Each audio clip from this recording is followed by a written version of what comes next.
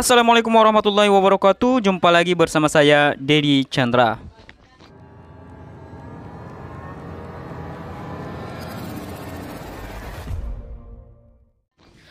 Oke teman-teman, pejuang PPG dimanapun berada, di video kali ini saya akan lanjut membahas tentang kisi-kisi ujian pengetahuan UKM PPG. Yaitu pada kesempatan ini saya akan nge-share kisi-kisi jurusan pendidikan IPS. Harapan saya dengan saya bagikan kisi-kisi ini, teman-teman bisa terbantu untuk persiapan menghadapi ujian pengetahuan nantinya. Seperti biasa, sebelum kita lanjut, saya ingatkan kepada teman-teman semua untuk selalu memberikan supportnya di channel ini dengan cara klik tombol subscribe dan juga share ke teman-teman kalian agar banyak yang tahu tentang kisi-kisi ini. Untuk mempersingkat waktu, langsung saja kita pada kisi-kisinya. Ini dia. Kisi-kisi UP UKM PPG Pendidikan IPS periode 1 tahun 2020. Yang pertama, menganalisis prinsip-prinsip dasar pembelajaran IPS. Yang kedua, menganalisis teori-teori belajar yang sesuai untuk pembelajaran IPS. Yang ketiga, mengorganisasikan materi pembelajaran IPS sesuai kurikulum 2013. Keempat, mengorganisasikan materi pembelajaran IPS sesuai kurikulum 2013. Yang kelima, menentukan media pembelajaran berbasis TI sesuai dalam pembelajaran IPS. Yang keenam, menjelaskan teknik dan prosedur dalam memanfaatkan TI dalam pembelajaran IPS. Ketujuh, menganalisis esensi isi Permendikbud nomor 20 tahun 2016 dalam pembelajaran IPS. Yang kedelapan, menganalisis kaitan Permendikbud nomor 20 tahun 2016 dengan Permendikbud nomor 22 tahun 2016 dalam pembelajaran IPS. Yang kesembilan, merumuskan indikator pencapaian kompetensi pembelajaran IPS sesuai Permendikbud nomor 22 dan 24 tahun 2016 dalam pembelajaran IPS. Yang ke-10, menganalisis kaitan antara materi, proses, media, dan penilaian dalam pembelajaran IPS.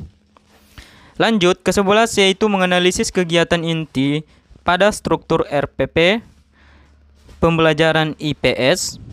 Ke-12, menentukan media yang sesuai untuk pembelajaran IPS. Ke-13, mampu melaksanakan pembelajaran IPS yang menyenangkan. Ke-14, mampu menghubungkan materi belajar IPS dengan pengembangan karakter. Ke-15, mampu menilai pembelajaran IPS. Ke-16, mampu merancang penilaian pembelajaran IPS. Ke-17, mampu menggunakan hasil penilaian IPS. Ke-18, mampu memadukan teknologi informasi dengan pembelajaran IPS. Ke-19, mampu mengkreasikan teknologi informasi untuk pembelajaran IPS. Ke-20, mampu menjalin komunikasi yang baik dengan peserta didik. Lanjut ke 21, mampu membangun interaksi lisan dan tulisan dengan peserta didik secara santun, efektif, dan produktif. Ke-22, menganalisis konsep lokasi geografis Indonesia dalam kaitannya dengan potensi sumber daya alam. Ke-23, menganalisis konsep kondisi geologis Indonesia dan pengaruhnya terhadap kehidupan manusia, flora, dan fauna. Ke-24, menganalisis interaksi antar wilayah dan pengaruhnya terhadap kehidupan ekonomi. Ke-25, menganalisis interaksi antar ruang dan pengaruhnya terhadap kehidupan sosial dan budaya. Ke-26, teman-teman, menganalisis interaksi sosial dalam kaitan dengan perubahan nilai dan norma dalam masyarakat.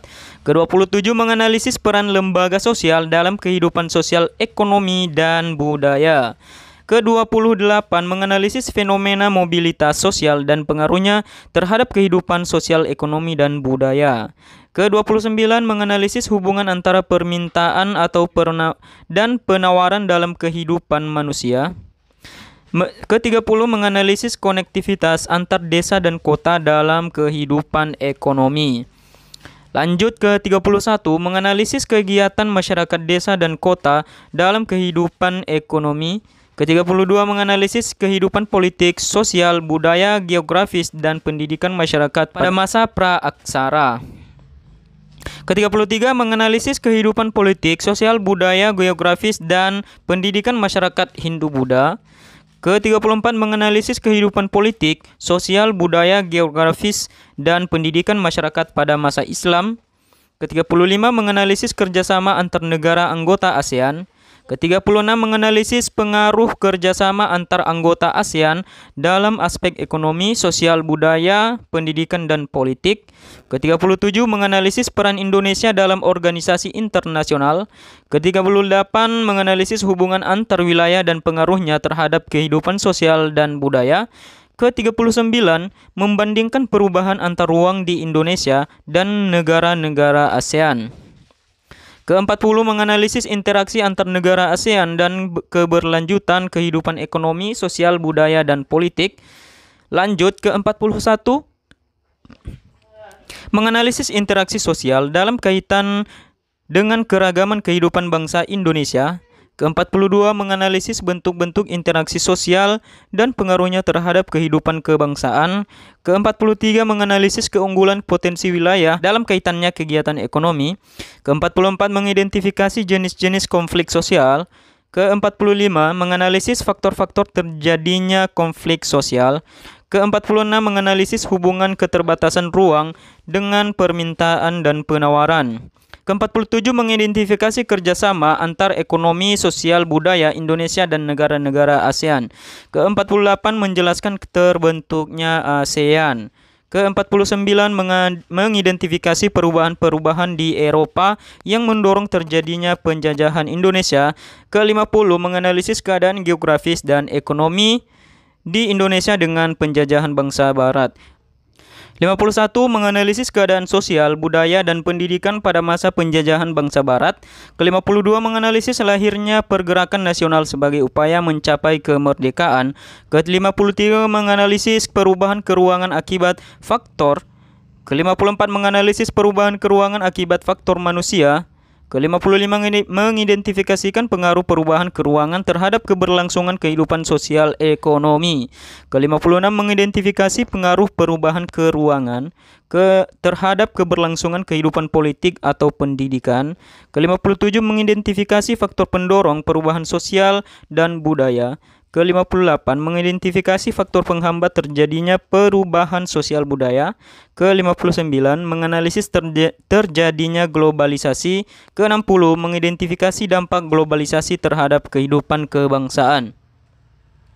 Lanjut teman-teman, ke-61 yaitu menganalisis upaya-upaya menghadapi dampak globalisasi dalam kehidupan kebangsaan. 62 menganalisis terjadinya harga.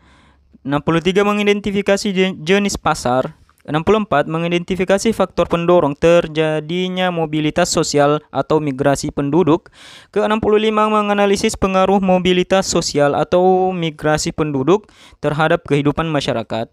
Ke-66 menganalisis pengaruh kerusakan lingkungan alam Indonesia terhadap fenomena global. Ke-67 menganalisis kehidupan sosial ekonomi pada masa kemerdekaan. Ke-68 menganalisis kehidupan pendidikan budaya pada masa kemerdekaan.